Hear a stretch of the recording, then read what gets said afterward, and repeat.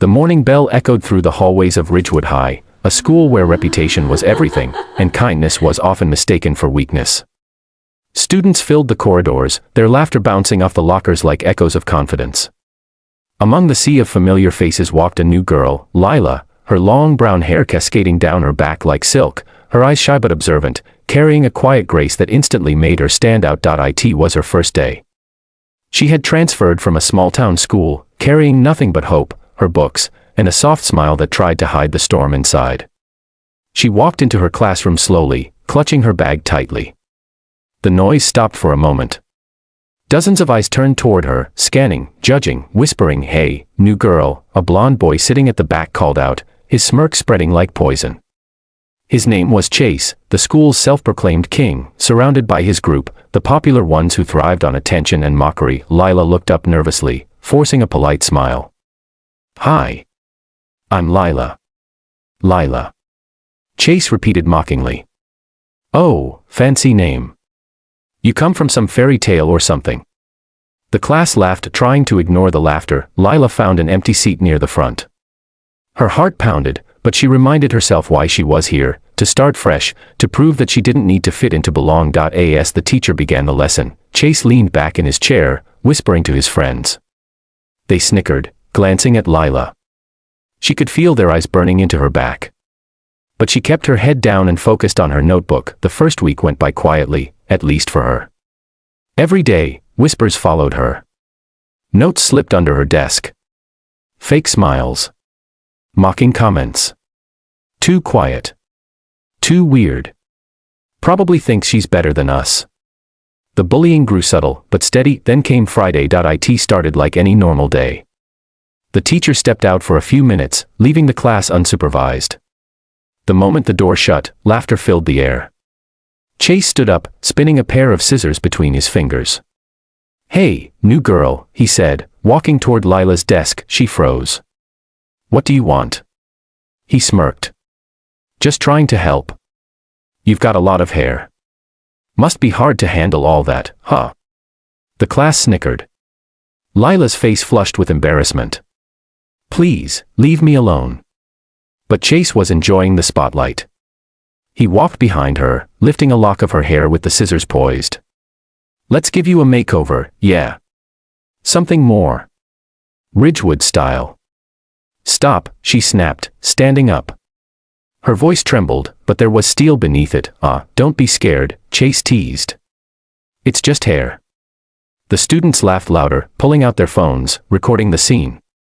Lila's heart raced, fear, anger, humiliation mixing inside her like fire ready to explode, and then it happened. Snipped out, a strand of her beautiful brown hair fell onto the desk. The laughter grew louder. Chase smirked in victory. "There. Now you fit in." Lila stood still, shock paralyzing her. The class was roaring with laughter. She touched her hair, staring at the broken strand on her desk. For a moment, tears blurred her eyes. Then something inside her snapped. She turned slowly, her voice calm but dangerous. "You think that's funny?" Chase chuckled. "Yeah. Don't take it personal, new girl." Lila took a deep breath, her expression turning cold. "You shouldn't have done that." Before anyone could react, she grabbed Chase's wrist, twisting it with surprising strength. The scissors clattered to the floor. Chase winced in pain. "Ow. What the?" She leaned closer and whispered, "You ever touch me again, and I'll make sure you never hold scissors again." The laughter stopped. The room went silent. Even Chase's friends froze. Lila released his wrist and picked up the fallen strand of hair. Her eyes glistened not with tears anymore, but with determination. "You cut my hair," she said softly. "But you can't cut my confidence." Then she walked out of the classroom, her head high, leaving everyone speechless. Outside, in the hallway, she leaned against the wall, her heart pounding. She could still hear the whispers, but now they were different, fearful, respectful, uncertain. At lunch, no one laughed. No one teased. Even Chase sat quietly, rubbing his wrist, his arrogance replaced by shame. Later that day, the teacher called Lila into the office. The principal had already heard about what happened. The videos had spread online. But instead of punishment, something incredible happened. The video of Lila standing up for herself went viral across the school. Students who had once laughed at her began approaching her, some to apologize, others to thank her. "You were brave," one girl said. "I wish I could do that." Lila smiled faintly. "You can. Just don't stay quiet."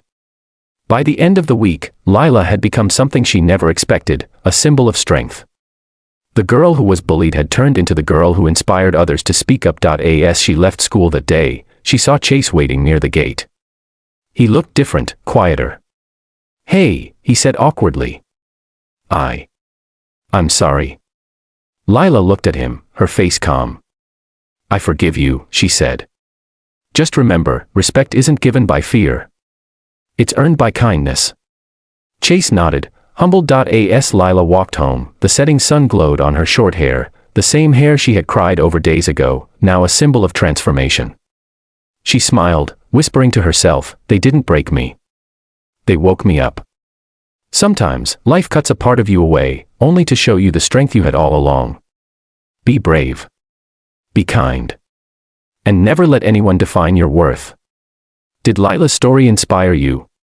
Then hit that like button, share this story, and subscribe to our channel for more emotional and powerful short films that touch hearts and change minds.